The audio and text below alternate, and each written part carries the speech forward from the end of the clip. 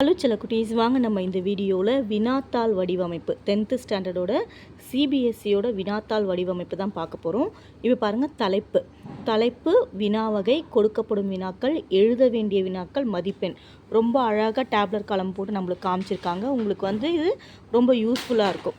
First பாருங்கள், 10 வினாக்கள் MCQ தான் பார்த்திங்கன்னா உங்களுக்கு 10 மார்க்குக்கு சூப்பராக கொடுத்துருக்காங்க. 5 கொஷின் கொடுப்பாங்க, 5மே நீங்கள் எழுதணும். அடுத்து பாருங்கள், படிக்கிறது. சான்று தருக, நிரப்புக, இலக்கண குறிப்பு எழுதுக, கூறியவாறு செய்க. அதில் எல்லாமே பார்த்திங்கன்னா 4 3 12 மார்க்குக்கு உங்களுக்கு வருது.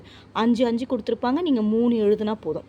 அடுத்து பாருங்கள், இலக்கியத்தில் திருக்குறள், செய்யுள் 10 வினாக்கள், செய்யுள் பகுதி வினாக்கள், உரைநடை பகுதி வினாக்கள் பார்த்திங்கன்னா உங்களுக்கு 3 5 8 8 8 16 அதுக்கப்புறம் 26 31 மார்க்குக்கு உங்களுக்கு சூப்பராக கொடுத்துருக்காங்க பகுதி ஈல.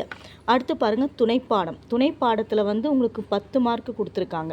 அதுக்கு அடுத்து பார்த்திங்கன்னா காட்சி பகுதி எழுதுதல், காட்சியை கண்டு எழுதுதல், கடிதம் எழுதுதல், கட்டுரை எழுதுதல். இது எல்லாமே சேர்த்து பார்த்திங்கன்னா உங்களுக்கு 11 17 மார்க்குக்கு நீங்கள் ரொம்ப அழகாக சூப்பராக வாங்கலாம். கடிதம் எழுதுறதெல்லாம் நீங்கள் நல்லா ப்ராக்டிஸ் பண்ணிட்டீங்கன்னா போதும், 8 மார்க்கு, கட்டுரைக்கு 6 மார்க்குன்னு சொல்லிட்டு ஆக மொத்தம் 80 மார்க்குக்கு உங்களுக்கு பிளான் போட்டு கொடுத்துருக்காங்க. நீங்களும் அழகாக இதை பார்த்துட்டு ஒரு ஐடியாவாக வச்சுக்கோங்க. ஓகேவா? நம்ம நெக்ஸ்ட் வீடியோவில் பார்க்கலாம். தேங்க்யூ.